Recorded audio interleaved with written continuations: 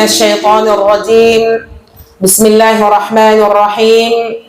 Assalamualaikum warahmatullahi wabarakatuh. Waalaikumsalam warahmatullahi wabarakatuh.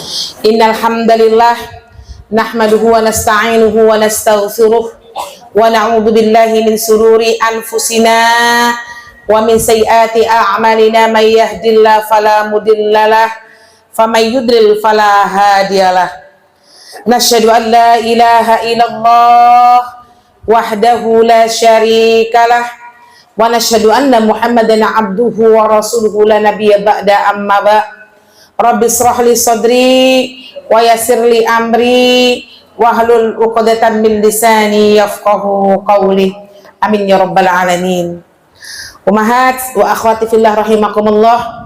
Untuk pertama dan utama sekali, marilah sama-sama kita senantiasa mengucapkan rasa syukur kita kepada Allah Subhanahu wa taala atas begitu banyak limpahan rahmat, kasih sayang, hidayah yang Allah berikan kepada kita, terutama nikmat yang masih diberi kesabaran oleh Allah untuk menghadapi ujian perasaan.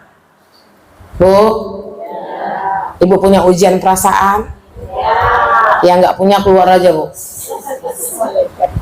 Malaikat dia. Karena kita sudah sering kaji. Kenapa saya bilang perasaan? Karena kalau perasaan kita itu tidak baik, maka itulah yang penghancur segalanya. Oleh sebab itu, bersabar. Ketika antuna berada di majelis Saqafah ini, siap-siap akan menerima ujian selanjutnya. Kok ketawa? Kenapa? Fa innallaha ma'al usri yusra. Karena DP yang Allah berikan kepada hamba Allah yang beriman itu adalah ujian. Ketika dia akan mendapatkan kenikmatan-kenikmatan yang sangat luar biasa yang Allah berikan. Maka pesan saya untuk antuna semuanya, nikmati ujian-ujian yang Allah berikan kepada kita. Karena itu adalah DP kenikmatan yang tiada tara. Cuman sayangnya DP-nya kok kayak gitu ya, kan gitu kan. Kita kan mau DP-nya yang enak, kan gitu, Bu. Kok DP-nya sulit dulu baru dikasih kesenangan. Semoga kita semua bersabar, kaji lagi ya, dengan ujian-ujian yang Allah limpahkan kepada kita. Ya, karena kita sudah kaji kemerdekaan yang hakiki ketika kita mampu menghilangkan atau mengurangi sifat-sifat syaitoniyah yang ada di dalam diri kita. Selanjutnya bersalawat kita kepada Nabi Muhammad SAW.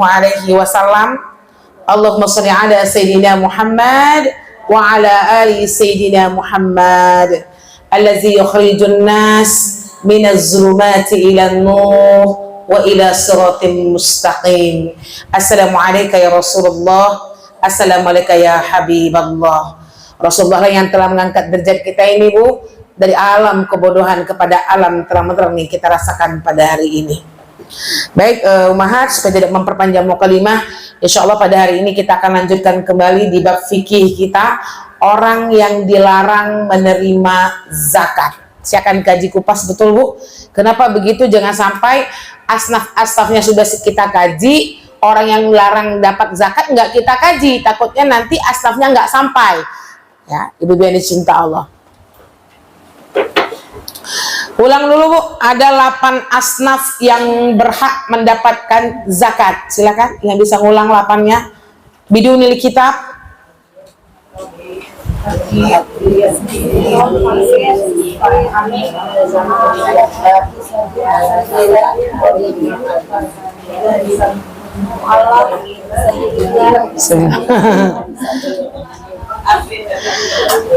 Masih lihat catatan ya, nggak apa-apa. Ayo satu aja kita simpulkan 8 asnaf sehingga ketika kita berzakat itu asnafnya nggak ragu lagi. Kita ulang. Satu orang aja, Bu. Kalau disebut sama-sama hafal ya, Bu. Ayo, Bu. Fakir, miskin, dolimin, fisabilillah. Kamu nggak boleh. Gitu dia mah tuh nggak enak tuh. Woi aku udah 4, woi sambung katanya. Mualaf. Amil zakat. Sudah 8. Nama rumah. Ibnu Sabil. Budak ya, tapi yang budak yang nggak ada pada hari ini ya, ada kita ceritakan ya. Budak yang dimaksudkan sudah kita sampaikan. Baik, barakallahu fik ya. Nih ibu-ibu yang duitnya banyak nih, astafnya harus hafal nih. Nah, karena kita banyaknya tuh berzakat, kalau nggak fakir miskin dah. Dua tuh yang tahu gitu kan. Baik, kita akan kaji ibu orang yang dilarang menerima zakat. Yang pertama adalah orang kafir dan golongan ateis. Ini nggak kita kaji ya bu? Udah tahu kita kan? Berarti kalau ada keluarga kita dia murtad, dia tidak berhak mendapatkan zakat dari kita. Tapi kalau hadiah boleh nggak? Kalau hibah boleh. Jadi kalau ada misalnya kita punya kakak gitu bu, dia murtad, kasih hadiah aja. Atau orang tua kita ada anak kita yang murtad, kasih hadiah. Gitu ya, akhwatifillah. Ateis tahu kan bu? Ya.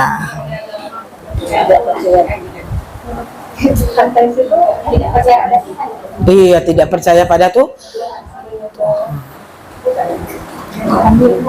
Dia tidak percaya Tuhan semuanya. Ateis tahu kan ibu? Adanya Tuhan. Nah, tuh ya. Kalau ateis tuh dia taunya tuh bumi ini ada dengan sendirinya. Kalau orang yang menyembah patung, dia masih percaya ada Tuhan. Kan gitu. Nah, ateis ini orang yang nggak percaya adanya Tuhan. Ya. Tapi jangan pula ibu bilang mending berarti kanzah percaya dengan api, masih ada Tuhannya. Kan gitu. Nah, percaya sama pohon masih ada Tuhannya. Kan gitu ya. Akhwat. Kenapa bu? Ya musyrikin yang menerima berhala. Baik. Kalau ateis ini memang dia tidak mengakui adanya Rob. Oke.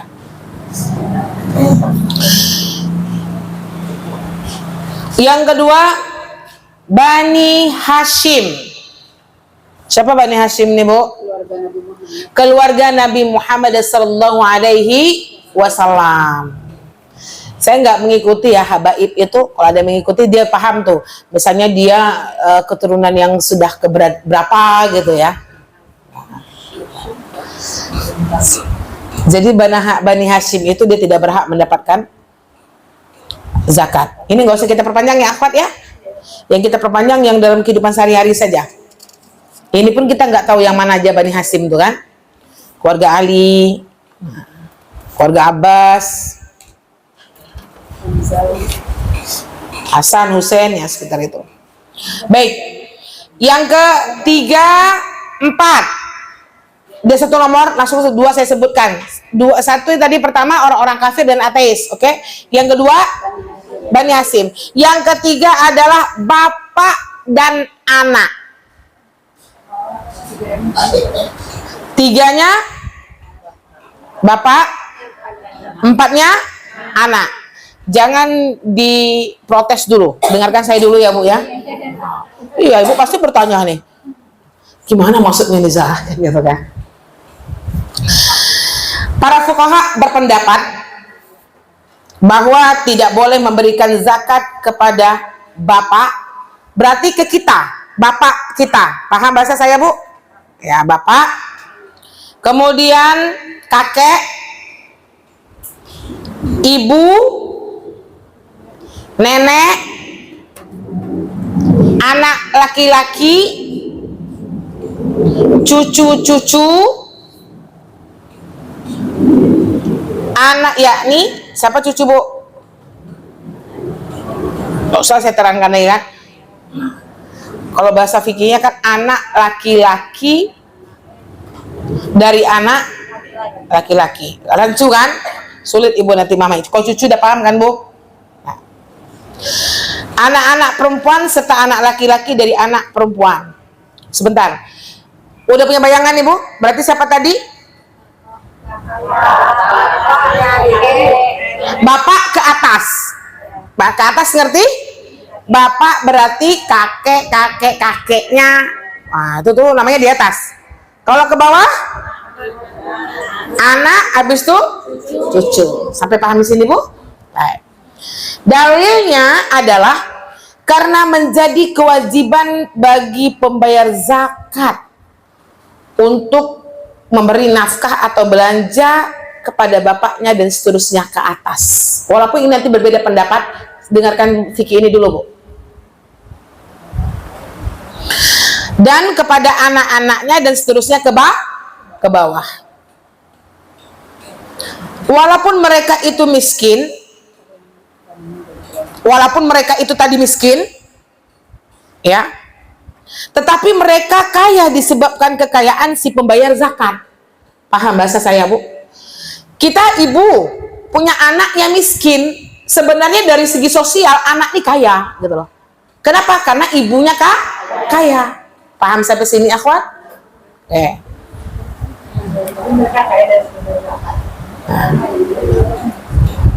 Jadi apabila ia memberikan zakat kepada mereka, berarti ia telah menarik keuntungan bagi dirinya sendiri dengan mengabaikan kewajiban memberi nafkah. Paham sampai sini, Bu? Ntar dulu, sabar. Ini fikih 4 mazhab.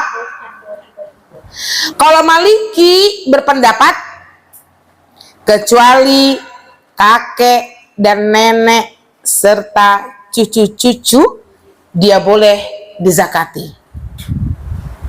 Mengecil, kalau Maliki berarti siapa yang nggak boleh dizakati? Anak bapak, oke? Kalau fuqaha berpendapat bapak, kakek, anak, cucu.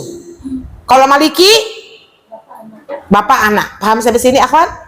Nanti kita simpulkan mana yang paling baik.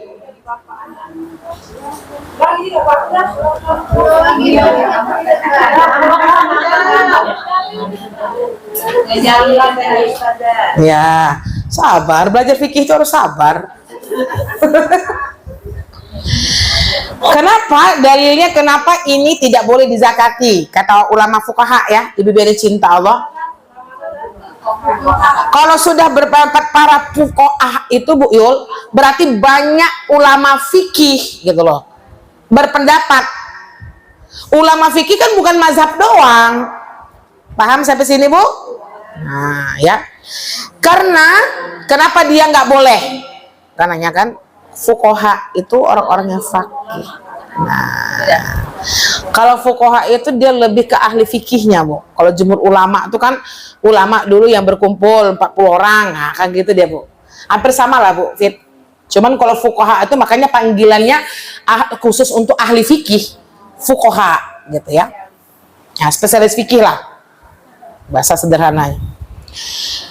Kenapa dia nggak boleh, Bu? Karena menjadi kewajiban bagi pembayar zakat untuk memberi nafkah kepada mereka. Nah, itu aja lah dulu. Kalau ibu nggak mau catatnya panjang-panjang dalilnya tadi itu, coba bayangkan aja, ibu orang kaya loh, kan gitu. Anak ibu miskin, terus ibu ngasih zakat sama dia. Kira-kira keterlaluan nggak? Tua. Bilang, mama nih ada zakat mama sedikit nih. Zakat mama nak. Nah. Walaupun dia miskin, dia menjadi kaya karena mamaknya kaya. Walaupun kita nggak boleh juga, walaupun aku miskin, mama aku kayo mah, nggak bisa juga begitu kan, Bu. Cuma dia menjadi status oleh ayah dan ibunya karena dia berkemampuan, maka dia wajib menafkahi anaknya yang tidak mampu. Paham bahasa saya, Bu? Sudah, ini aja dalilnya, nggak usah diperpanjang lagi ya. Nah.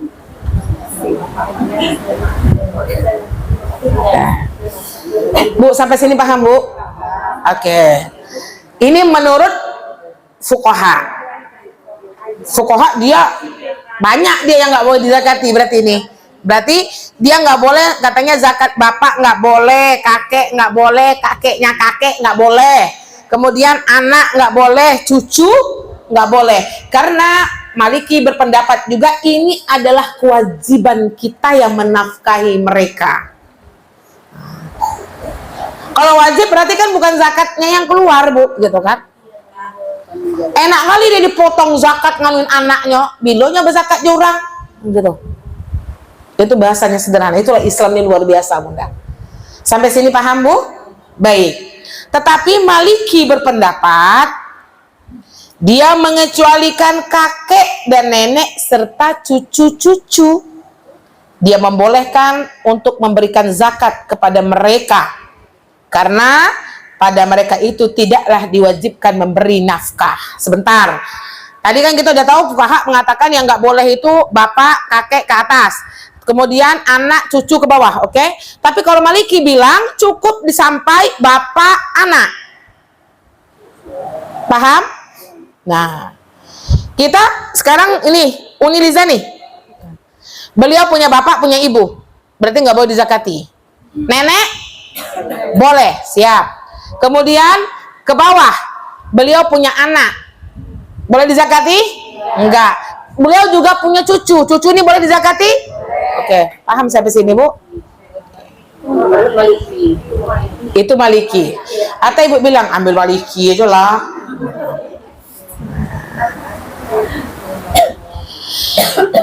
Ini jika mereka dalam keadaan miskin.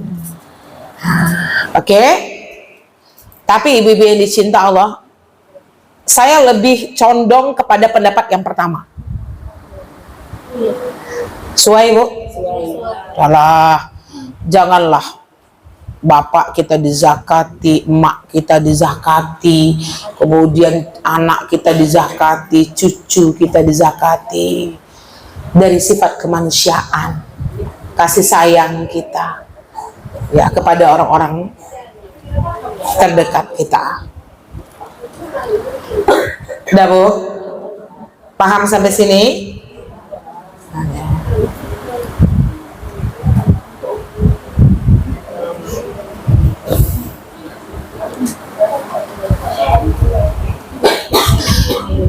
Tapi silakan aja, Bu. Ada ibu jemaah kemarin bertanya sama saya, mereka punya nenek yang sudah cukup miskin. Terus saya bilang pendapat ini, silahkan, Bu. Mungkin kalau misalnya nenek kita memang betul-betul miskin, ini ada dua pendapat ulama. Boleh kita zakati atau janganlah dizakati. Tapi bagusnya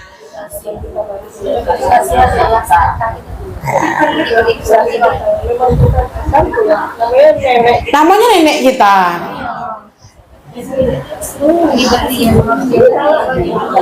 Bu Yul, ini bukan bab pelit-pelit, bukan ini babnya.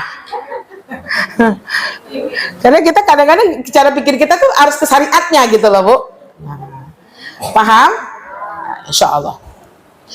Yang keberapa lagi, Bu? 5. Istri.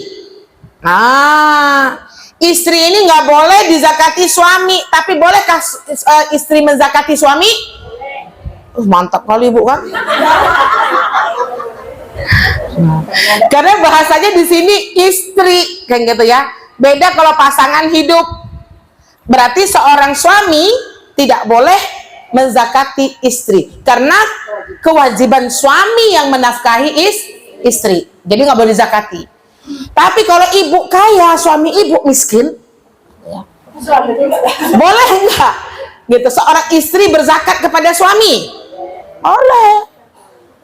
Kalau ibu tega, itu kan, bapak nih pekerjaannya nggak layak, gitu kan, Bu, belum layak lah. Gajinya cuma 3 juta, bayar sekolah anak, gitu kan. Mah, itu mah pinjamlah papa duit 500.000 untuk bayar sekolah anak. Nggak usah lagi pinjam, Pak. Mama berzakat sama papa. Nah, la haula wala quwata illa billah. Ampunkan kami ya Rabb. Cuman yang ini enak banget nih.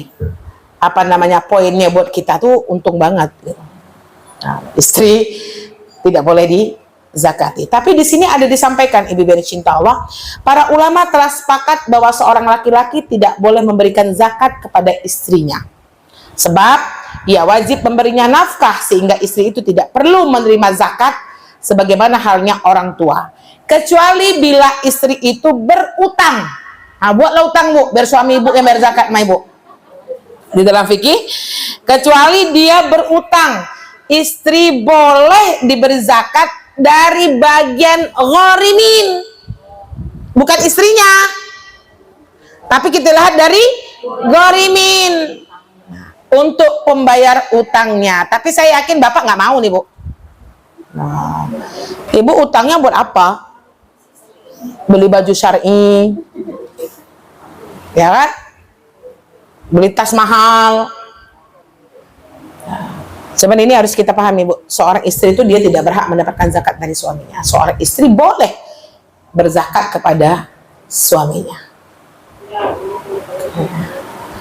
Paham bu? Oke. Kenapa? Lanjut. Nanti nggak ada pertanyaan lagi, udah tahu ibu kan? Ini nggak boleh, ini nggak boleh. Karena selama ini banyak sekali bu jemaah yang bertanya nih, boleh nggak saya zakat sama adik saya boleh nggak saya zakat sama anak saya yang miskin? Itu sering pertanyaan. Berarti adik kakak boleh dizakati? Boleh banget. Kalau bisa itu dulu yang kita zakati. Cari yang terdekat dulu. Mana yang miskin? Itu dulu. Nggak usah ngasih-ngasih kemana-mana dulu bu. Tapi bagusnya saya bilang kemarin kan bu, kalau kita memberikan zakat kepada karib kerabat, sebaiknya dalam jumlah banyak untuk mengangkat ekonominya. Daripada ibu kasih 200.000, nak mandidi 200.000 dapat baris 10 kilo.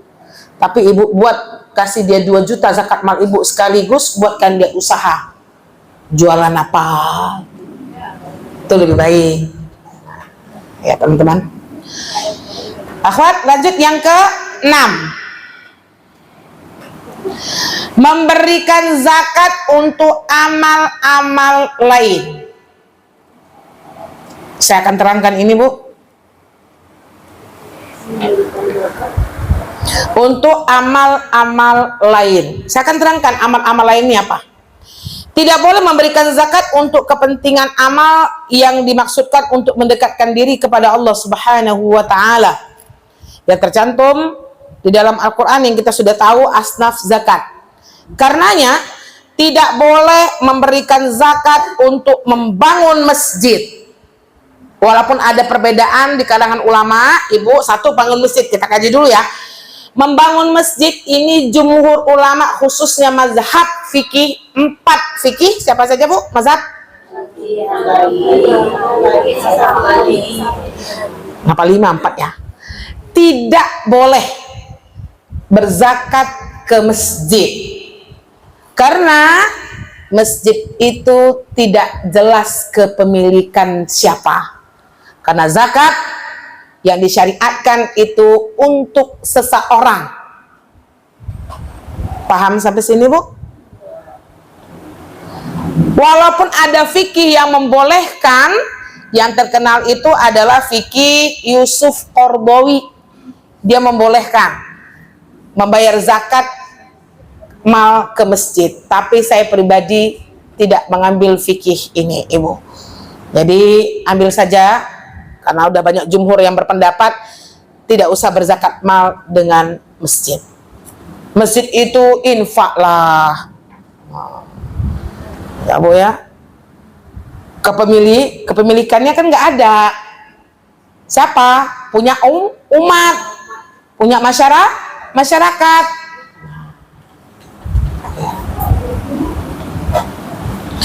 Bisa dipahami sampai sini bu? Tapi kalau ada yang memberikan zakat ke masjid, saya tidak mengharamkan karena memang ada fikih yang berpendapat boleh. Selanjutnya, jembatan-jembatan boleh bayar zakat? Nggak boleh, karena ini fasilitas umum, tidak jelas kepemilikannya.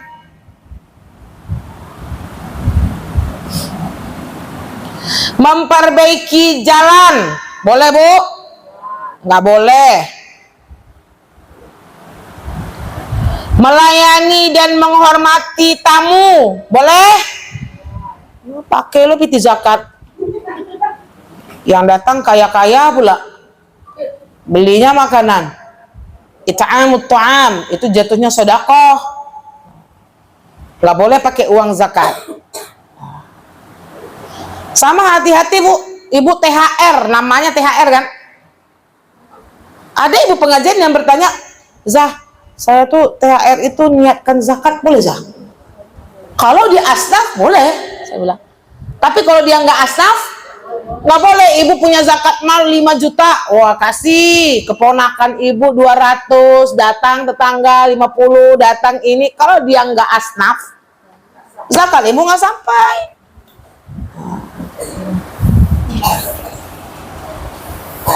Mengafani mayat, boleh pakai zakat?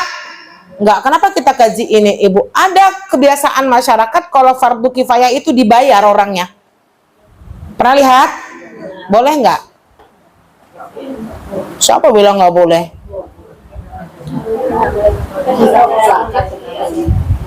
Iya, zakat nggak boleh.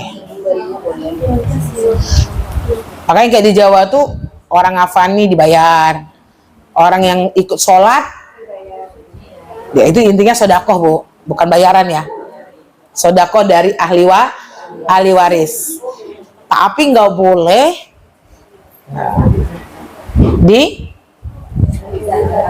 dari uang zakat. Paham sampai sini Bu? Kalau di Pekanbaru ini dia nggak main uang kalau saya lihat. Apa mainnya Bu? Saya beberapa kali memandikan mayat itu kain panjang yang diantar ke rumah. Kayak sarung mah, ya saya kain panjang kok mah, ada berapa udah.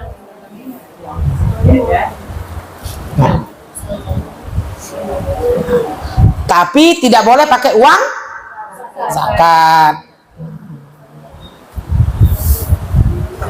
Baik.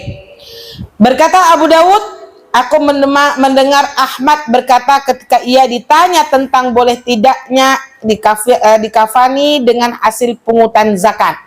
Mayat dikafani dengan pungutan zakat. Tidak boleh. Juga tidak boleh dibayar dengan hasil zakat utang si mayat. Nggak boleh. Udah sampai situ aja ya Bu, nggak boleh. Ini fardu kifayah. Sakofani penting nih. Biar ada satu tim fardu kifayah Bu Novi, PR lah. Nah, iya, tapi syaratnya harus buat tim habis tuh. Kalau praktek aja nggak ada follow up, ngapain Ibu praktek? Jadi kita misalnya ada walam ya saja ada yang meninggal majelis hari ini. Iya, kalau dia nggak masuk SKM, kadang-kadang mendadak, itu kan biasanya dia terbaiknya teman gitu. Buat satu tim, karena fardu kifayah itu pahalanya besar Bu, 2 qirat loh, lebih besar dari gunung Uhud. Gak apa-apa, atau ada teman-teman yang sudah pengalaman di sini kan, ada yang ngajarkan teman-teman. Tapi buat satu tim. Nah, Bunda udah biasa tuh. Nanti saya kaji fikihnya, Bunda prakteknya kan gitu.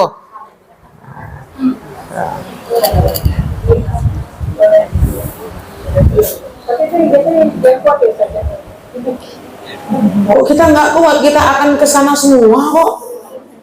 Bu Rofi.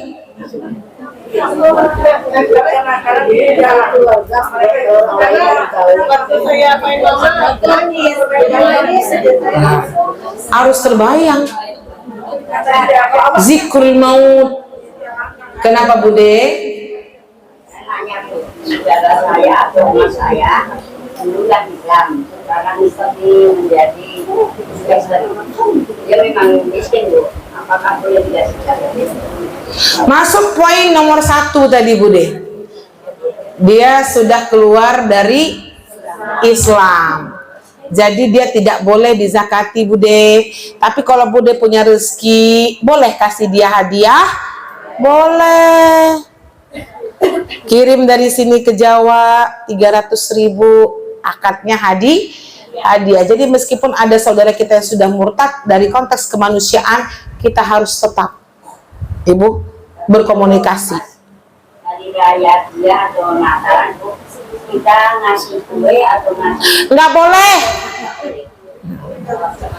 Bude, ngasihnya itu sebelum Natalan saja atau setelah Natalan tapi tidak ada niat, kasihlah untuk dia Natal. Nggak usah dekat-dekat di hari itu. Ya deh ya.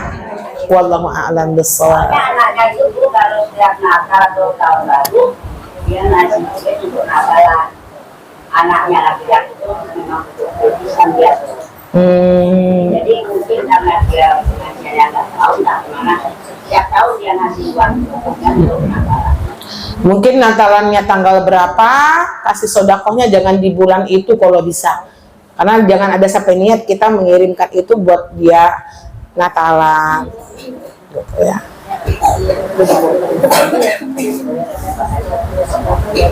Oke Bu, sampai di mana tadi? Baik, selesai 6 poin. 6 nyo. Orang yang dilarang menerima zakat. Ada pertanyaan Ibu yang dilarang ini? Oke Bu Husna silahkan. Waalaikumsalam warahmatullahi wabarakatuh. Tunggu teman-teman di belakang, catatannya udah 6. Bu Wit, Bu Nora, udah 6 Bu? Dah, oke. Lanjut Bu Husna. Boleh nggak memberikan zakat orang yang berserta?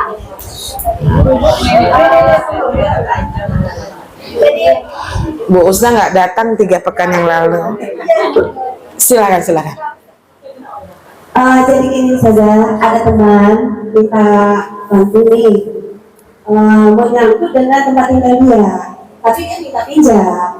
Dia minta pinjam ke kita nih, kalau nggak misalnya kita nggak bisa bantu ya, sampai dengan rumah dia lah gitu kan.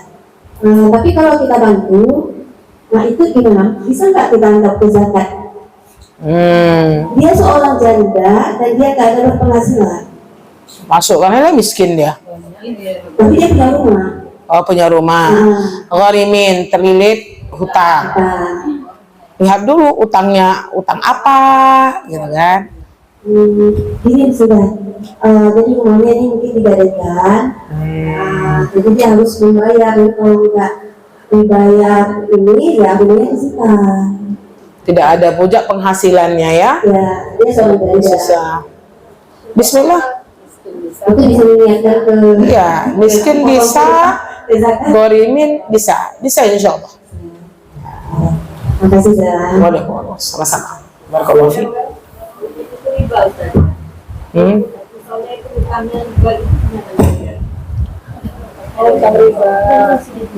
Iya, saya paham ya.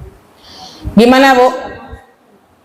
Bolehkah kita melunasi hutang orang yang riba? Saya boleh kan? Supaya dia nggak riba lagi. Nah, kita bolehkah Bu Dia membayarkan uang rentenir gitu kan? Kemarin udah kita kaji ya. Untuk menghindari maksiat, kita bayarkan uangnya tadi tuh. Nah, kita bayarkan. Tapi kalau dia buat lagi, nggak lagi berzakat sama dia. Berarti nggak tobatnya tuh Bu. Nah, dia sudah misalnya punya utang rentenir, kita bayarin Bu Dia. Gharimin insya Allah. Kemudian dia buat lagi, jangan lagi kita zakati. Nah, gitu ya Bu. Terima kasih. Oh, nampak dia. Soalnya loncengnya udah bunyi. Baik, ada pertanyaan Bu sampai sini? Lanjut.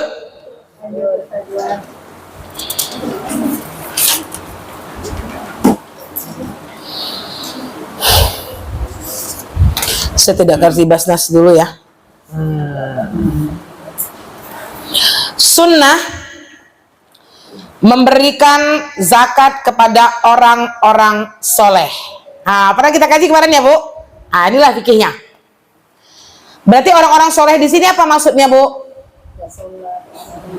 Dia sholat, dia mengamalkan syariat. Nah, itu Bu ya. Zakat itu diberikan kepada muslim jika ia termasuk golongan mustahik, yakni yang berhak menerima bagian zakat. Baik ia seorang yang soleh maupun fasik. Akan tetapi apabila diketahui bahwa zakat itu akan digunakannya untuk melakukan hal-hal yang dilarang oleh Allah, kita tidak boleh memberikan kepadanya demi untuk menutup pintu kejahatannya. Paham, Bu? Oke. Makanya kita kemarin ada pertanyaan. Kita tahu sekali kita punya adik yang miskin, misalnya kan. Kemudian adik kita tuh kalau dikasih duit zakat habis tak menentu tuh. Siapa bertanya kemarin kayak gitu ya, pas saya? Gimana tuh Zah? Gitu kan. Jangan kasihkan ke adik kita. Berarti apa yang bisa kita lakukan untuk keluarganya? Contoh, nah, bayarkan sekolah anaknya. Maaf Bu, zakat mal itu bagusnya uang. Tuh. Bu, uang memang. Afdolnya memang uang. Nah, ya. Kalau dia tahu dia kalau dikasih uang mau dibelanjain kemana, bayarkan kontrakan rumahnya. Nah, gitu. Ya gitu Bu Novi, daripada nanti dia dikasih uang jatuh kepada hal-hal yang dilarang oleh Allah.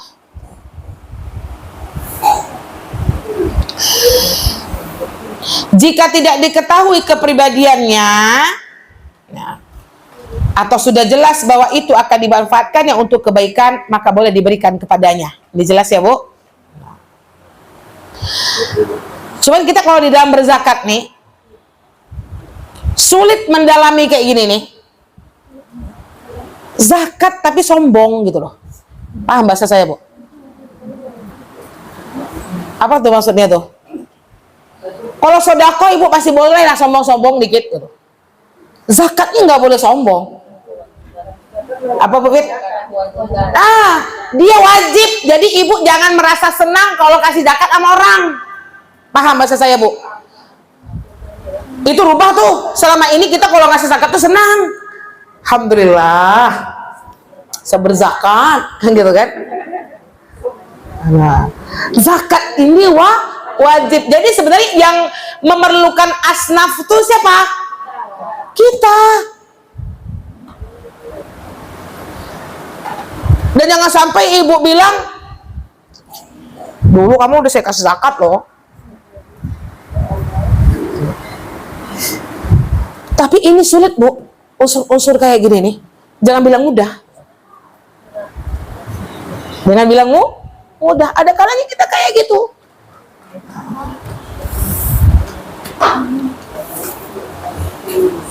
Paham ya Bu? Nah, jadi istighfar tuh. Yang zakat merasa senang tuh istighfar. Nah, ya, senang mungkin dengan kelebihan harta yang Allah berikan kepada kita, bersyukur. Kan gitu. Makanya saya sudah sampaikan Ibu, zakat itu bagusnya diantar atau dijemput. Nah, tuh. Ini memang seorang kaya datang ya jemput zakat gitu. Itu salah satunya tuh Mahatya. Kenapa Bu? Oh, ditransfer. Oh, transfer boleh Oma. Hah? Boleh.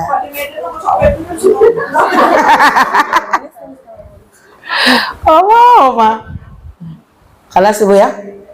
Sepatutnya pemberi zakat mengutamakan pembagiannya kepada orang-orang soleh dan berilmu pengetahuan. Orang-orang berperi kemanusiaan dan suka berbuat kebaikan dan suka berbuat kebaikan. Tapi kita kemarin udah pernah kaji ya Bu. Walaupun dia fasik, tetap kita sapa dia. Atau dengan dikasih zakat kefasikannya berkurang. Nah, kan gitu kemarin.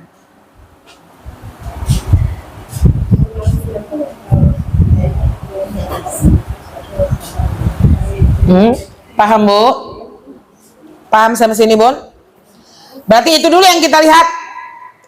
Bukan kita memilih-milih. Jadi cuman ketika dia berpengetahuan tentang syariat Allah, ketika dia orang soleh gitu. Itu dulu yang kita dulukan gitu. Contoh nih Bu Novi gitu kan. Teman-teman sakofah kita mungkin ada dia mustahik gitu loh. Kenapa kita jauh-jauh?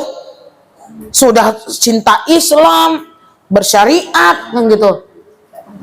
Ini berarti apa? Menjadi prioritas untuk kita dan teman-teman. Menjadi prioritas. Cuman zakat ini gimana ya? Saya pribadi pun unsur kesombongan dalam diri itu ada, Bu. Itu yang mau kita bersihkan ya, Bu ya. Yang kita bersihkan tuh.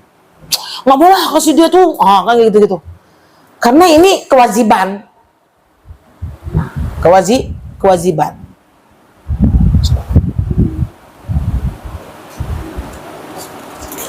Bisa dipahami? Insya Allah. Jadi itu harus menjadi prioritas. Dan kemarin kita sudah sampaikan kita tidak menyarankan memberikan zakat kepada orang-orang itu saja. Udah paham kemarin kan, Bu?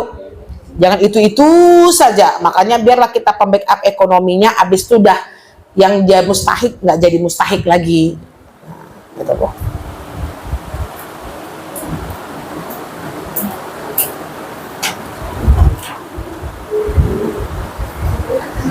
Ada pertanyaan?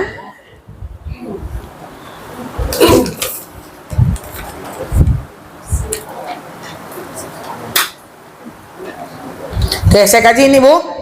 Ini nggak usah, ini zakatinya nanti Ibu malah bingung saya terangkan. Sunnah memberikan zakat kepada suami dan kaum kerabat. Kita bacakan betul. Tadi kita bilang istri bolehkah dia berzakat kepada suaminya? Boleh. Kan tadi cuma penggalannya ya, Bu ya. Sekarang kita terangkan. Jika seorang istri memiliki harta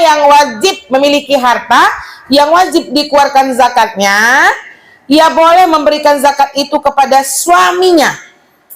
Bila suaminya seorang mustahik atau berhak menerimanya karena suami itu tidaklah wajib diberi nafkah oleh istri. Pahala memberikan zakat kepada suami itu lebih besar. Tuh, Bu. Daripada memberikannya kepada orang lain. Zakat paling besar kepada suami. Sedekah paling besar? Sedekah iya juga, Bu. Zakat iya juga. Jadi zakat yang paling didahulukan itu kepada suami. Sedekah yang harus didahulukan kepada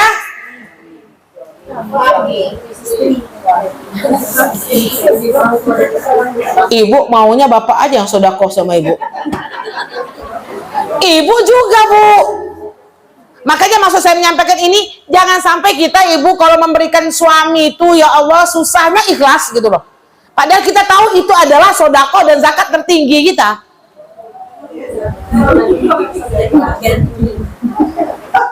Itulah Oma, dengan kita ngaji kayak gini Mak, bisa nggak Oma?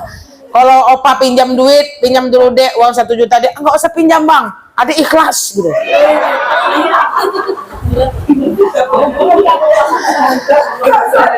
Nggak, kita harus kayak gini Bu, kita sampaikan gitu kan Bu. Tapi beda kan Oma, kita kalau orang yang minjam, kita bisa lama menunggu dia membalikkan. Tapi kalau suami kita, gimana Bu?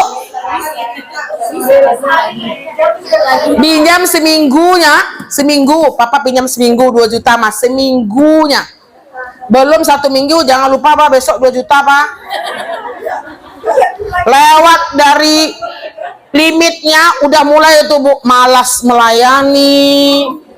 Iya, malas masak. Iya, malas nyuci, gitu kan. Ini kita beri semangat kepada teman-teman yang suka bersedekah kepada suami. Karena kita nggak tahu Ibu, di dalam rumah tangga ini mungkin Allah lebih memberikan rezeki lebih kepada kita dibandingkan kepada suami kita. Ikhlas. Karena itu pahalanya paling besar. Kenapa Bude?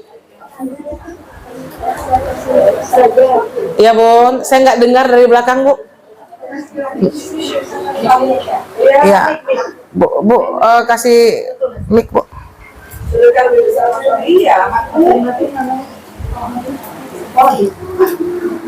Ibu kan maunya ngajinya sedekah bapak yang terbesar sama istri, itu memang jelas. Yang satu lagi ini lebih jelas lagi dia. Dan seperti penghasilan istri itu besar daripada suami, Ya. itu kere utang seperti itu aja ya, penghasilan istri lebih besar dari suami. Iya. Terus Jadi kita wajib zakat fitrah. Kalau suami kita miskin, Bude, kalau dia penghasilannya di bawah kita, belum tentu dia miskin. Ibu penghasilan 25 juta, suami ibu 20 juta, boleh kita zakatkan dia? Dia nggak miskin. Yang boleh kita zakati itu, Bude, dia miskin. Dia mustahik. Kasih hitam satu.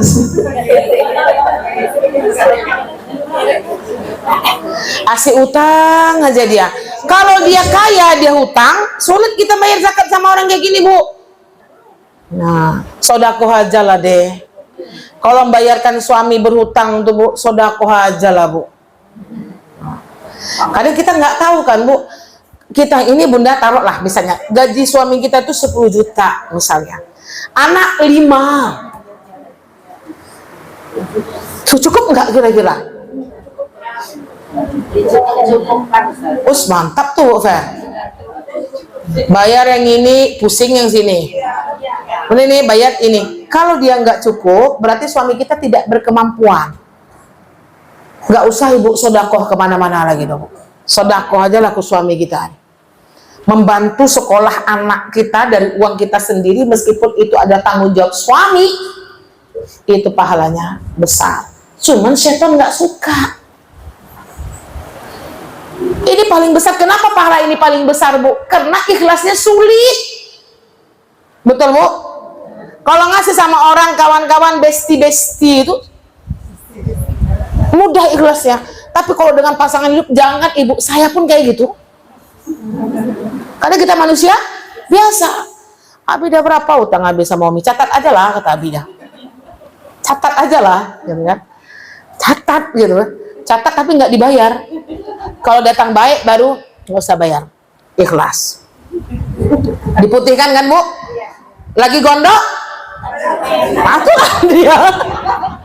Sudah diputihkan katanya, masih ditagih. La haula wala quwata illa billah. Sama berjuang, Ibu. Ini memang sebuah hal yang luar biasa, Allah berikan hal yang seperti ini. Bu Lia mau tanya? Oh ya, silakan. Ntar ya Bu Dia, sambil minum, Bu ya. Haus kalau cerita suami istri ini, Bu. Ustazah mau tanya, kita punya anak laki-laki dan sudah akan balik tapi masih SMA. Itu hitungannya kalau kita ngasih ke dia sedekah atau masih kewajiban, Ustazah? Kalau kewajiban kita tuh, kalau kita lihat tuh, Bu, kan sampai dia pendidikan ya. Nah, pendidikan Bu Lia. Tapi kalau nanti dia sudah menikah, ya, insya Allah itu jadi sedekah. Walaupun itu anak laki-laki. Iya, sedekah. Contoh, dia nikah, belum berkemampuan, kemudian Bu Lia belikan dia rumah, itu bukan wajib lagi. Namanya apa itu? Sedekah. Tapi kalau dia sekolah, berarti ini kewajiban. Cuman kalau kita tanya lagi standar fikih, kita wajib mentarbiah anak kita tuh sampai balik. Makanya saya bilang kemarin Al-Baqarah 233 ya, Bu. Makanya, Bu, di atas SD itu, Bu Lia, jangan sampai anak itu menjadi beban bagi ibu di dalam pendidikan. Sedih loh anak-anak kita kalau dibilang, ih mahal kali uang sekolahnya, ya Allah, banyak kali keperluan kalian nih. Ada nggak ibu ngomong gitu sama anak? Iya kan, Bu Mimi? Saya juga kadang-kadang gitu, Dek, kok sebentar iuran, Dek, uang kasnya berapa? Begini, ya Allah, gitu kan? Nah, jangan terbebani dengan anak. Allah nggak suka, Bu. Dan ibu-ibu hendaklah menyusui anak-anaknya selama 2 tahun penuh bagi yang ingin menyusui secara sempurna. Dan kewajiban ayah menanggung nafkah dan pakaian mereka dengan cara yang patut. Seseorang tidak dibebani lebih dari kesanggupannya. Janganlah seorang ibu menderita karena anaknya, dan jangan pula seorang ayah menderita karena anaknya. Berarti apa? Ini kalau kita kaji tafsirnya juga dengan biaya pendidikan. Jangan sampai ibu menyekolahkan anak ibu ya menjadi beban bagi ibu. Ini kan kadang-kadang kita ketemu ibu, nggak usah jauh-jauh, diri kita sendiri kadang-kadang gitu kan. Dan itu agak sulit deh, kenapa gitu kan? Karena dalam status fikih ini kan kewajiban kita tuh sampai kita dia balik, Bu Lia. Ini kalau ibu telantarkan, kalau ibu zolim terhadap dia, dosanya besar. Ya. Makanya di atas itu enjoy lah dengan anak gitu. Enjoy itu gimana? Jangan nganggap itu beban, karena hukumnya sudah sunnah. Mama nggak sanggup deh sekolahkan abang yang biaya masuknya misalnya 20 juta dan sekian. Ya nak ya.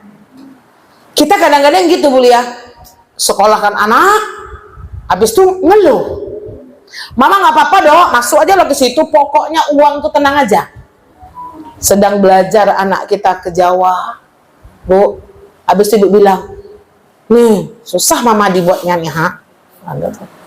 Itu ke psikologi anak-anak, Bu. Ya. Kenapa, Bu? Iya memang begitu, itu yang mau kita istighfarkan. Jadi insya Allah di atas itu sodakoh namanya, Bu Lia. Nah ya. Nah, tapi kalau ulama mengatakannya balik, kecil kali kalau menurut saya Ibu. Sampailah pendidikannya. Kan pendidikannya itu bukan di formal saja, Bu. Kan kita karena pendidikan itu formal, makanya kayak gitu kan. Kan pendidikan itu tarbiyah itu bisa non formal. Nah, jadi kita kalau dalam menganukan pendidikan anak, nggak usah gaya-gaya lah. Gaya-gaya itu apa, Zah? Sesuai dengan kemampuan yang membuat ibu ikhlas. Semoga dia juga mudah untuk menerima ilmu. Nah, sekolah pondok pesantren gimana, Zah? Itu jalan Allah, masukin aja. Kalau menurut saya nih, karena insya Allah pasti ada jalan. Ketika kita sudah bersyariat kepada Allah secara totalitas, gitu. Insya Allah, Bu, pasti ada yang nolong. Itu pula, tapi tawakal itu terakhir. Ikhtiarnya sekian banyak, misalnya Bu Dora anaknya berapa, dua-duanya di pondok misalnya, siapa lagi anaknya di pondok, Bu Dery anaknya di pondok, yakin aja ketika kita memasukkan anak kita ke dalam agama Allah ini, insya Allah. Dan bahkan anak-anak yang di pondok ini berhak dia mendapatkan zakat, kan kita bilang kemarin, hasil lah. Nah gitu misalnya, begitu kita menyikapinya ya Bu Lia ya. Wallahu a'lam bishawab. Jadi dia ada orang kamu sekolah dengan baik ya, mama kok dari sekolah kamu utang tuh dari, tapi kalau saya mama tidak, tapi kalau untuk kamu sekolah mau utang pun tidak apa. Nggak usah bilang utang-utang tuh Oma.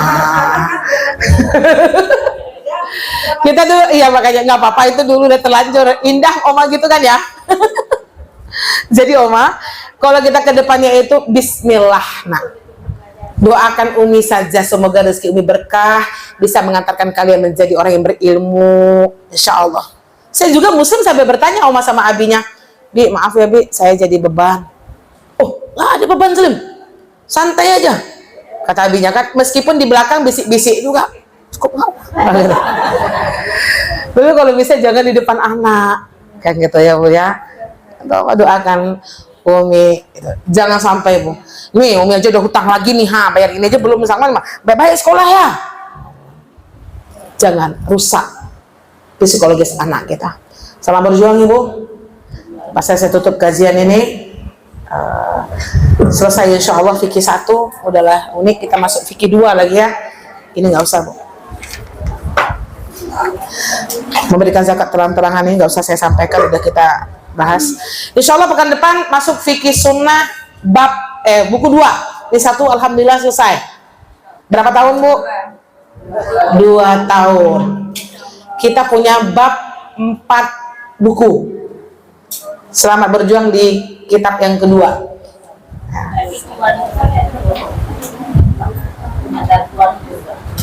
Fikih wanita itu kan yang kalau Muhammad Abu Waidah 1 jilid dia tuh Umi. Yang merah tuh kan, yang punya Umi 1 jilid kan Umi. Nah, kalau yang ini 4 nih. Makanya saya ini baru buku 1. Tapi kan kalau buku fikih wanita itu dia semuanya ada. Cuman kan nggak sedetail ini, itu aja. Jadi bawa aja bukunya. Insya Allah di bab yang kedua itu kalau nggak salah saya itu zakat fitrah. Zakat fitrah yang di awalnya. Cukup sekian Ummahat. Semoga kita bersabar dengan kajian fikih ini. Nah, insya Allah berarti kalau 1 tahun 2 buku, 2 tahun 1 buku, insya Allah 8 tahun habis. Semoga Allah panjangkan umur kita dalam ketaatan kepada Allah Subhanahu wa taala. Alhamdulillah rabbik wa takuna minal mumtarin. Assalamualaikum warahmatullahi wabarakatuh.